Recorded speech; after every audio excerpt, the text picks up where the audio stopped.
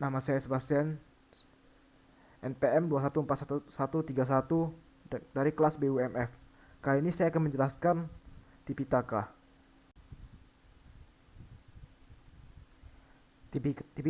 Tipitaka ini berasal dari dua bagian, yaitu Ti yang berarti tiga dan Pitaka yang berarti keranjang dan digabung menjadi Tipitaka. Tipitaka ada tiga bagian, yaitu nomor satu Vinaya Pitaka. Vinaya Pitaka berisi peraturan biku dan bikuni. Sutta Pitaka berisi khotbah Sang Buddha. 3. Abhidhamma Pitaka berisi ilmu batin manusia, logika, dan etika.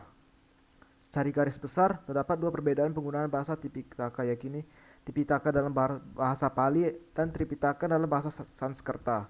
Setelah parinibbana Sang Buddha, para siswanya berusaha untuk melakukan konsili atau pertemuan untuk membahas dan merumuskan tentang ajaran Sang Buddha. Konsili Sangha ini dilaksanakan sebanyak 6 kali. Yang pertama dilaksanakan di Rajagaha yang dipimpin oleh Mahakasapa pada tahun 543 sebelum Masehi. Yang kedua dilaksanakan di Vesali dipimpin oleh Y.A. Revata pada tahun 383 sebelum Masehi.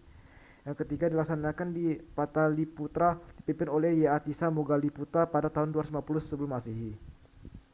Yang keempat dilaksanakan oleh Aloka Wihara dipimpin oleh Y.A. Rakita Mahatera pada tahun 1 sampai 77 sebelum Masehi.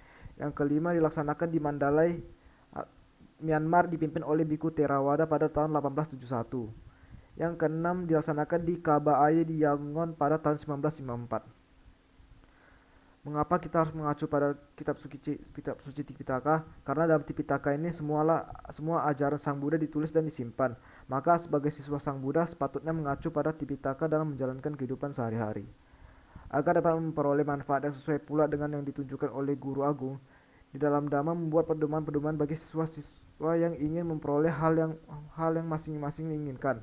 Dalam lingkup agama Buddha terdapat dua macam siswa, yaitu siswa yang meninggalkan keduniawian atau pabajita atau biku, bikuni, samanera, samaneri, dan umat awam atau rumah tangga, upasaka, upasika. Dengan demikian pula dalam mengajar, Sang Buddha akan menyesuaikan dengan siapa yang beliau beri ajaran. Validitas dan pentingnya memahami kerangka dan isi kitab suci Tipitaka. Tipitaka terdiri atas banyak sekali sutta yang jika ditotal mencapai 8.000 halaman dalam bahasa Pali. Banyaknya jumlah sutta tidak jarang membuat banyak orang yang meragukan validitasnya karena mengingat pada awal perkembangan Tipitaka dilestarikan secara turun-temurun secara lisan. Hal ini bisa dipahami karena bagi kebanyakan orang, menghafal jumlah sutta yang sebanyak itu adalah hal yang tidak dimungkinkan. Dan apakah penting memahami kerangan dan isi kitab suci Tipitaka? Tentu saja sebagai umat Buddha hal itu penting agar kita memahami apa saja yang menjadi ajaran Sang Buddha. Dinamika dan tantangan kitab suci Tipitaka. Berbagai konsili yang sudah pernah diadakan pada dasarnya didorong oleh pemahaman pentingnya menjaga ajaran Buddha agar tetap murni dan otentik. Konsili-konsili tersebut juga latar belakang oleh fakta-fakta sejarah waktu itu, yakni munculnya kejadian yang dianggap bisa merusak kemurnian Tipitaka.